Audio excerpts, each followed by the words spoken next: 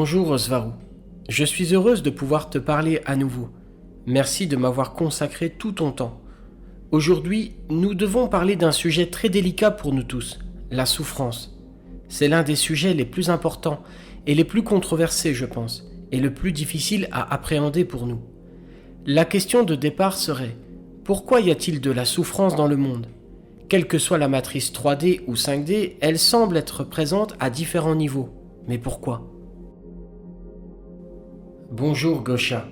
Oui, le sujet est très délicat, mais il est très important de le comprendre. La souffrance présente beaucoup d'angles sous lesquels la regarder. La plupart des gens qui souffrent ne sont pas réels. Ils sont un programme qui vise à provoquer une réaction émotionnelle chez les personnes réelles. Les vraies personnes souffrent, mais elles y vont avec un scénario qu'elles contrôlent avant de s'incarner et qui fixe des limites claires à la souffrance.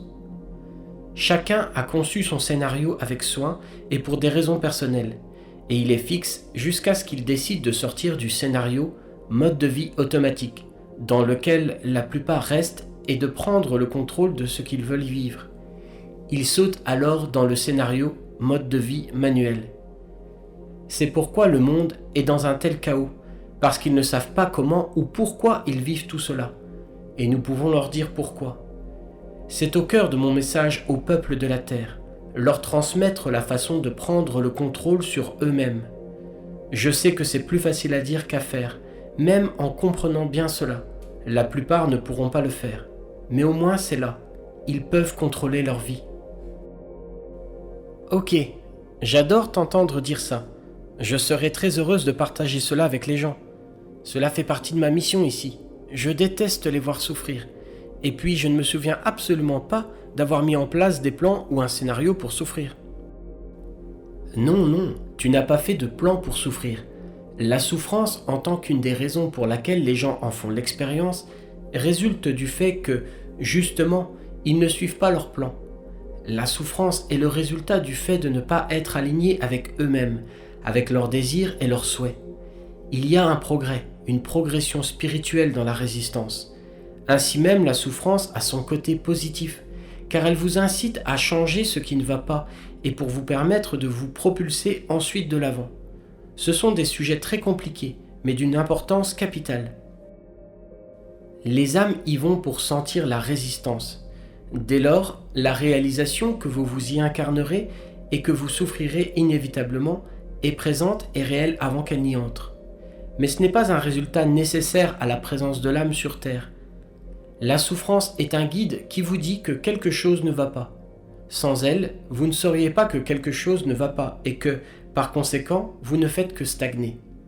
C'est aussi une mesure de niveau pour la progression de l'âme. Vous n'avez pas d'âme, on ne vous donne pas une âme. Vous créez votre propre âme au fur et à mesure. Vous avez fait votre âme, vous vous faites vous-même.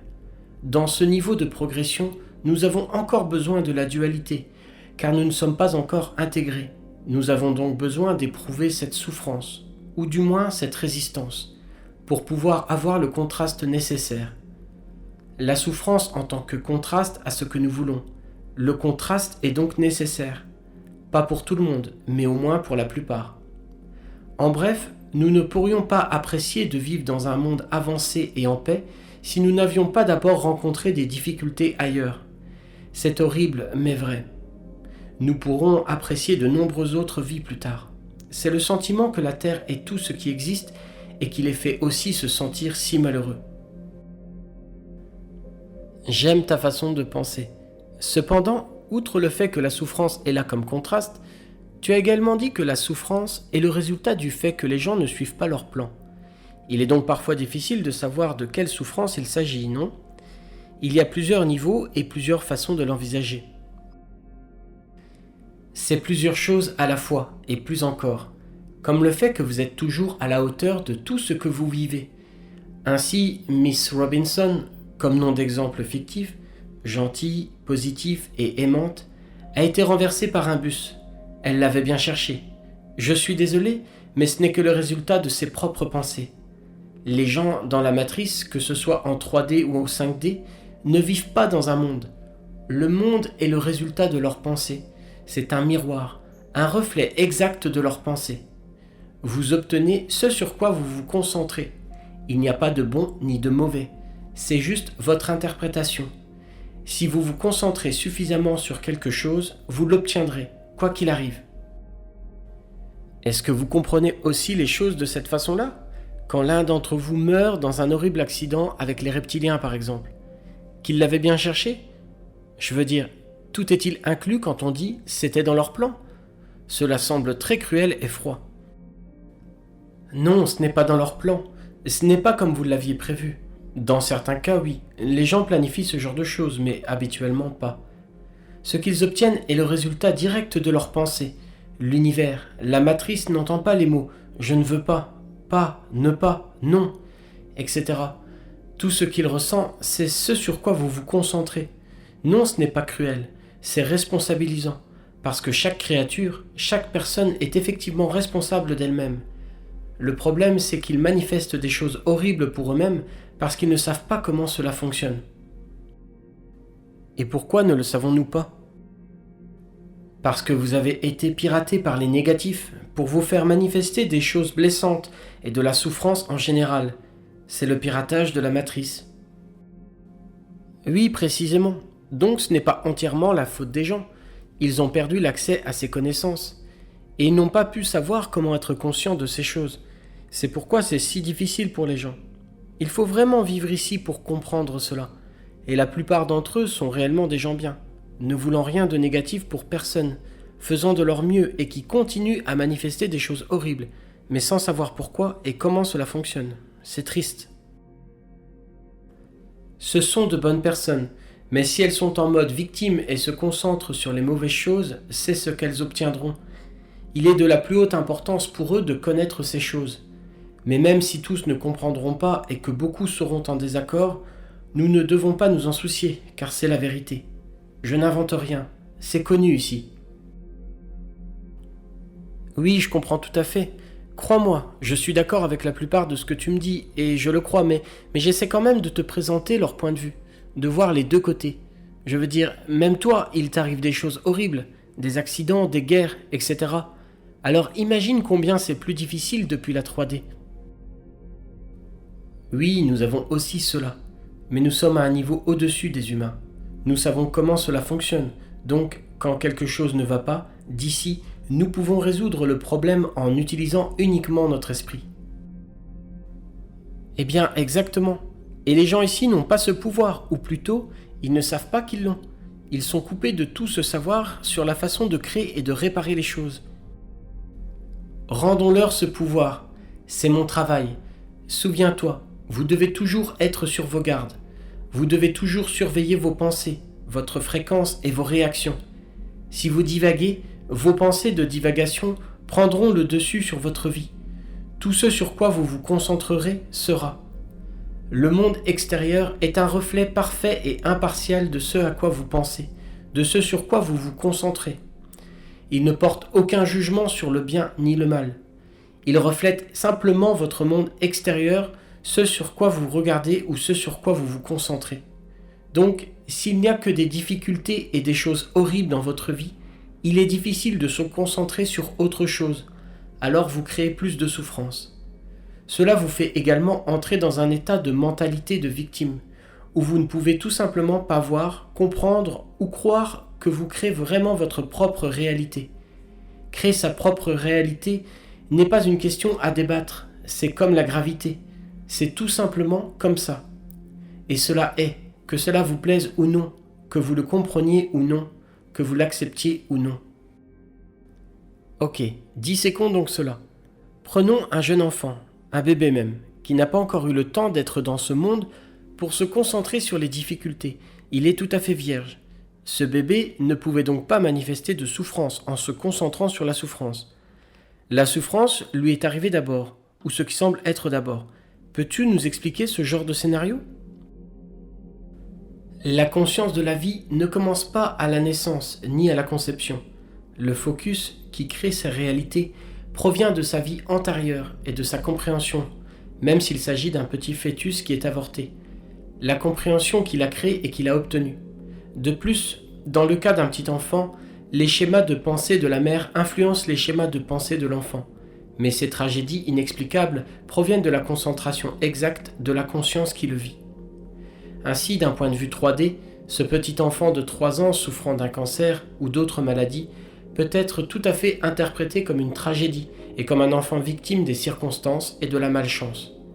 Mais la 3D n'explique pas l'existence, elle est extrêmement limitée. Cet enfant qui souffre d'un cancer obtient le reflet exact de ce sur quoi son attention et de sa conscience sont concentrés. Je suis désolé pour ce sujet, je ne peux pas donner de réponse uniquement en 3D, car il n'y en a pas. Je comprends Svaru, ça devient plus clair. Tu as dit que l'enfant qui souffre d'un cancer reçoit le reflet exact de ce sur quoi il concentre son attention et sa conscience. Peux-tu détailler cela un peu plus, s'il te plaît ? Oui, en d'autres termes, cet enfant s'est incarné précisément pour vivre l'expérience de mourir d'un cancer à un âge précoce, pour toutes les idées qu'il a pu développer sur la base de l'expérience qu'il a eue dans sa vie antérieure et de l'intention concentrée qu'il avait également pendant la période d'intervie, entre deux vies. Et l'intention d'un enfant, aussi jeune soit-il, est déjà à l'œuvre avant même sa naissance, de sorte qu'il crée sa propre réalité. Le débat sur l'avortement. C'est simple ici, et cela le serait en 3D si les humains le savaient. Il n'y aurait pas de problème, ni de débat. Il faut 2 à 3 semaines pour que la connexion entre l'âme et le corps démarre. Donc avant ces 2 à 3 semaines, l'avortement est acceptable, car ce n'est qu'un amas de cellules. Après ces 2 ou 3 semaines, c'est un meurtre.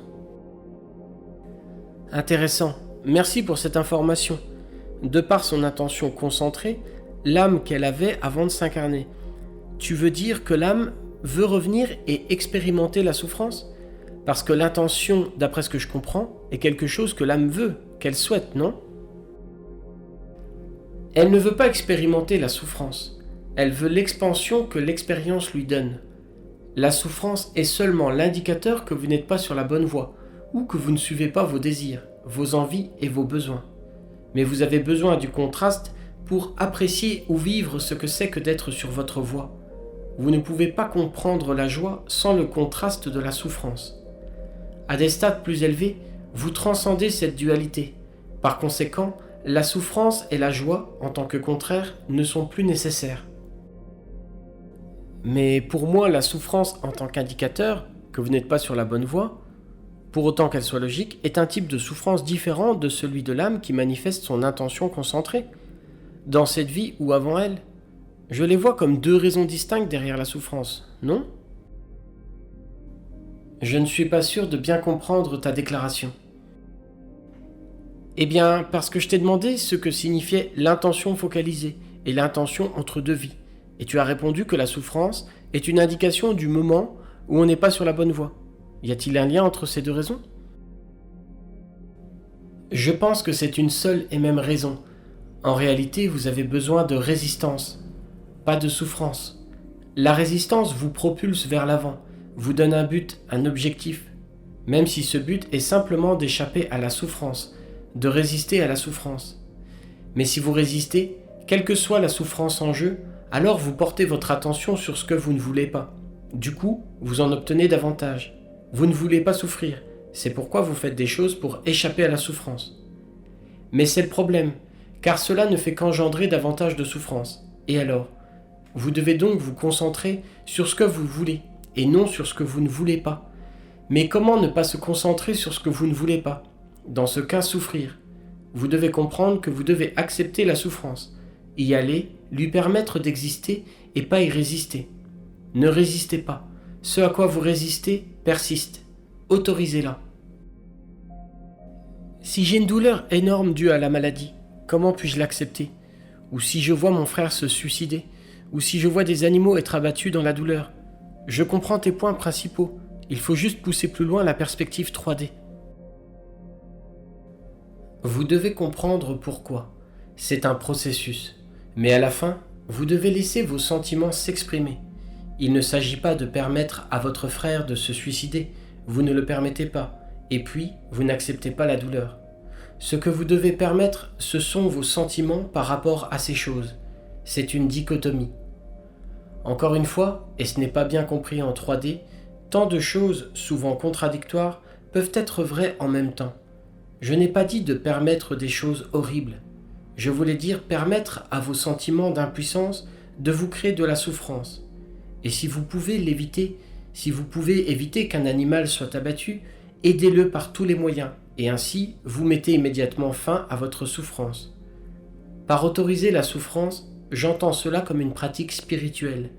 Je n'entends pas par là de vous laisser littéralement maltraiter, par exemple. Vous devez juste permettre ce que vous ressentez par rapport à quelque chose qui vous fait souffrir.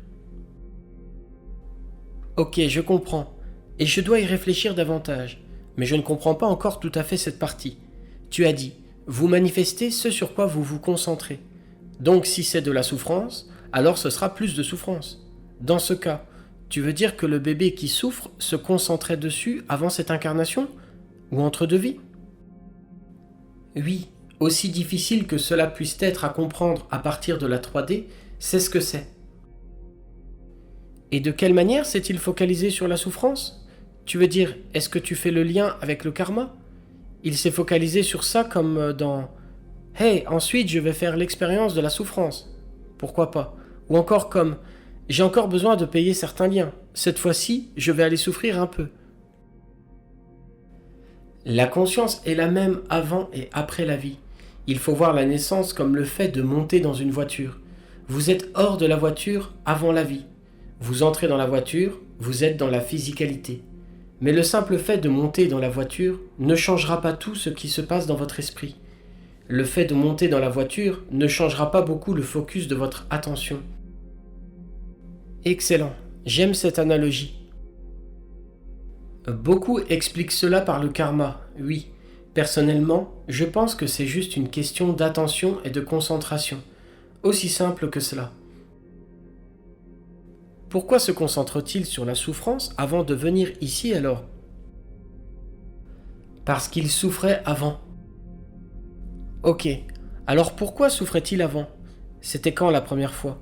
Et pourquoi la première fois a-t-elle eu lieu? Chacun aura ses raisons. Cette souffrance peut être traînée de vie en vie, venant d'une vie passée très dure.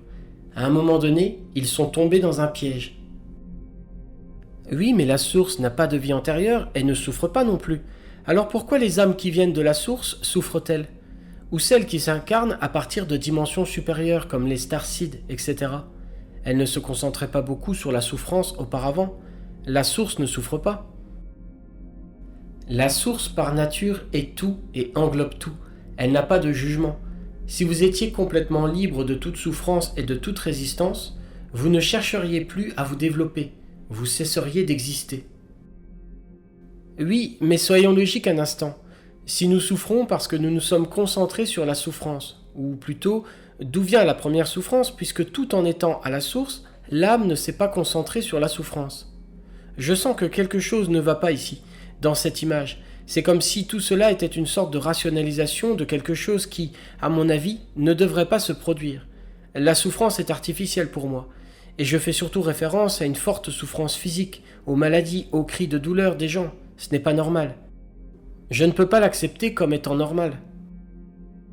Quelque chose leur a donné un syndrome de stress post-traumatique, et ils ne s'en sont pas remis. Pourtant, c'est toujours ce qu'ils se sont infligés à eux-mêmes. Ils se sont, en quelque sorte, harmonisés sur la fréquence de ces événements, que cela leur plaise ou non. Pourtant, des événements extrêmement horribles, comme on le voit dans la rubrique rouge de vos journaux, des gens qui ont été éviscérés vivants et d'autres choses encore, ne sont qu'un peu de matrice et n'arrivent jamais à une personne réelle. Ah, ok. Quelque chose m'a donné un syndrome de stress post-traumatique. C'est logique. Et qu'est-ce que c'était? Ou qui était-ce? Ou quelque chose qui nous a piégés? Oui, le piège. Vous vous incarnez. Quelque chose diminue votre fréquence. Donc vous devenez une correspondance avec quelque chose d'indésirable qui a causé de la souffrance. Puis vous vous concentrez sur le fait d'en avoir plus. Lorsque vous mourrez, vous êtes tellement traumatisé que vous avez un trouble de stress post-traumatique à cause de la souffrance que vous l'emportez dans l'incarnation suivante. Il est très, très difficile d'accepter qu'il n'y ait aucune victime nulle part. Si la personne est réelle, alors elle est maître de sa propre réalité. Et nous devons comprendre que chacun d'entre nous, en 3D ou 5D, souffre d'une forme de stress post-traumatique. Nous sommes tous atteints. Je comprends. À ce stade, et pour parler de karma, il serait important de mentionner que même si l'on revient pour rembourser quoi que ce soit, c'est fondamentalement notre propre croyance qui nous pousse à cela. Donc l'une des façons de sortir du piège et de se pardonner complètement et de pardonner aux autres, n'est-ce pas? Et je veux dire profondément. Quels sont les autres moyens de sortir du piège de la souffrance? C'est vrai, mais plus important encore que de pardonner aux autres, la clé est de se pardonner à soi-même. Et c'est difficile. C'est dur, mais c'est la cause du karma et de la réincarnation dans des situations horribles, comme celle de l'enfant de 3 ans qui a un cancer. En d'autres termes, personne n'est innocent, pas même un enfant à naître, car nous emportons tous nos problèmes, nos croyances et notre stress post-traumatique dans chaque nouvelle vie, chaque nouvelle incarnation. Peut-être qu'une bonne façon de se pardonner pour quelque chose que nous avons mal fait réalise ce que nous venons de dire. Nous avons servi à faire correspondre la fréquence à la création de cette personne. Donc même si nous avons fait quelque chose de mauvais, ça n'a fait que refléter pour eux quelque chose qui leur appartenait déjà, d'une manière ou d'une autre. Et maintenant, il est temps de décider qu'aucune autre fréquence ne doit plus être reflétée vers les autres. C'est fait. On passe à autre chose. Bien que cela puisse aussi sembler pouvoir justifier nos actions négatives envers les autres.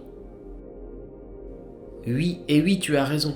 Comme tu viens de le dire, si tu es devenu une fréquence correspondante à un acte répréhensible, cette personne avait aussi, de son propre fait, une fréquence correspondante à ton acte répréhensible. Exactement. Vu sous cet angle, cela pourrait nous aider au moment où l'on essaie de se pardonner. Rien de ce que l'on fait n'est purement de notre faute. Nous sommes tous liés et co-créateurs, mais ce n'est en aucun cas une justification pour continuer à faire du mal aux autres. Oui, ce n'est pas une justification, mais cela fonctionne quand même comme ça, car l'univers n'a aucune idée, aucun jugement sur le fait que ce que vous faites est bon ou mauvais. Maintenant, si tu me laisses aller un peu plus loin, souffrir et être immergé de fréquences négatives n'est qu'une de vos innombrables lignes de temps. C'est votre choix que de vivre dans celle dans laquelle vous êtes. Toutes les variantes, positives et négatives, existent déjà. Tout ce que vous devez faire, c'est déplacer votre attention vers les expériences que vous voulez, et non pas vous concentrer sur celles que vous ne voulez pas. Et vous pouvez le faire en modifiant votre fréquence. Comment pouvons-nous modifier notre fréquence? L'indicateur ou la jauge de votre fréquence est votre bonheur. Vous vous sentez bien à propos de quelque chose en particulier. Par exemple, si on vous propose une bonne affaire, mais que votre intuition vous dit que c'est très mal, elle sera toujours fausse, aussi logique que la dite affaire puisse paraître au premier abord. Mais tu n'es pas tout à fait heureuse. Qu'est-ce que cela signifie alors? Si tu connais toutes ces clés et ces choses, comment se fait-il que tu sois toujours malheureuse d'une certaine manière? Comment se fait-il que tu ne puisses pas arranger ça? De plus, à partir de la 5D, c'est déjà tellement plus difficile à partir de la 3D. Je comprends comment les choses fonctionnent, mais je suis moi aussi atteinte du syndrome de stress post-traumatique, et je travaille dur pour me libérer de tout cela et de tous ces éternels cercles de réincarnation, de la roue du samsara. Vous portez aussi toutes sortes de souffrances alors? Oui, même en 5D? Oui, nous en portons. Mais moins, j'imagine. Et vous savez comment la contrôler davantage. Vous en comprenez les mécanismes. J'ose dire que la plupart des gens en 5D y arrivent bien à leur façon, de transcender leurs problèmes. Mais contrôler cela n'a rien ou peu à voir avec le fait d'être en 5D ou dans une quelconque densité. La conscience n'a pas de limite. Vous pouvez être libre et vous pouvez contrôler tout cela à partir de n'importe quelle densité. La seule chose qui vous limite en 3D, 5D ou ailleurs est votre idée d'être limité, parce que vous n'avez littéralement aucune limite puisque vous êtes la source elle-même. Donc le fait d'être en 3D n'est pas une excuse. Vous pouvez très bien transcender. Excellent, je comprends. Maintenant, tu as dit que nous souffrons lorsque nous ne sommes pas alignés sur notre objectif. Cette souffrance peut-elle être aussi physique ? Comme le fait de perdre nos jambes pour que nous puissions nous concentrer davantage sur notre objectif d'écriture ? L'esprit est comme un singe, toujours à la recherche de quelque chose sur lequel se concentrer et à partir duquel créer un problème. Une femme s'est retrouvée dans un accident de voiture, où elle s'est cassé la jambe. Et elle est restée des mois dans un plâtre. Pendant ces mois, son esprit, son singe, s'est concentré sur le problème de la jambe, et elle, et son vrai moi, a finalement pu comprendre qu'elle n'est pas seulement un corps. Grâce à son accident, elle a trouvé l'illumination. Après 4 mois dans un plâtre, elle s'est remise à 100% de son accident. Elle a récupéré sa jambe et elle est comme avant. Enfin, maintenant, elle reste illuminée. Tout arrive pour une raison. Rien n'est jamais le fruit du hasard. En parlant de douleur physique et en essayant de comprendre toutes les raisons qui se cachent derrière elle, pourquoi y a-t-il encore tant de souffrances physiques? Je veux dire, pourquoi notre corps doit-il souffrir autant? S'il faisait moins mal, il pourrait aussi remplir sa fonction. Je veux dire, il y a des gens brûlés à mort, poignardés à mort. La quantité de douleur physique est écrasante. Pourquoi le corps a-t-il été conçu de cette façon? Je m'oppose à cela. Avant de te rencontrer, je disais toujours « Je vais faire appel à celui qui a conçu les corps humains ». C'est fou la quantité de douleur que ce corps est capable de supporter. Il y a une limite. La capacité de supporter une douleur n'est pas illimitée. Il y a une limite à la douleur qu'un corps peut supporter avant de s'éteindre. Et pourtant, c'est déjà trop. Je suis d'accord. Tu es d'accord? Alors à qui devons-nous faire appel? Qui est responsable? La plupart de ces douleurs corporelles sont ressenties en 3D parce que le corps n'est pas complet et qu'il s'use, il vieillit. L'ADN n'est pas complet, donc il ne peut pas guérir correctement. En 5D, il y a toujours beaucoup de douleurs, mais je crois que ce n'est pas la même chose qu'en 3D, qui est beaucoup plus dense, plus difficile à supporter. Et techniquement parlant, vous êtes responsable de la conception de votre corps et du corps humain. Que veux-tu dire par « je suis responsable » ?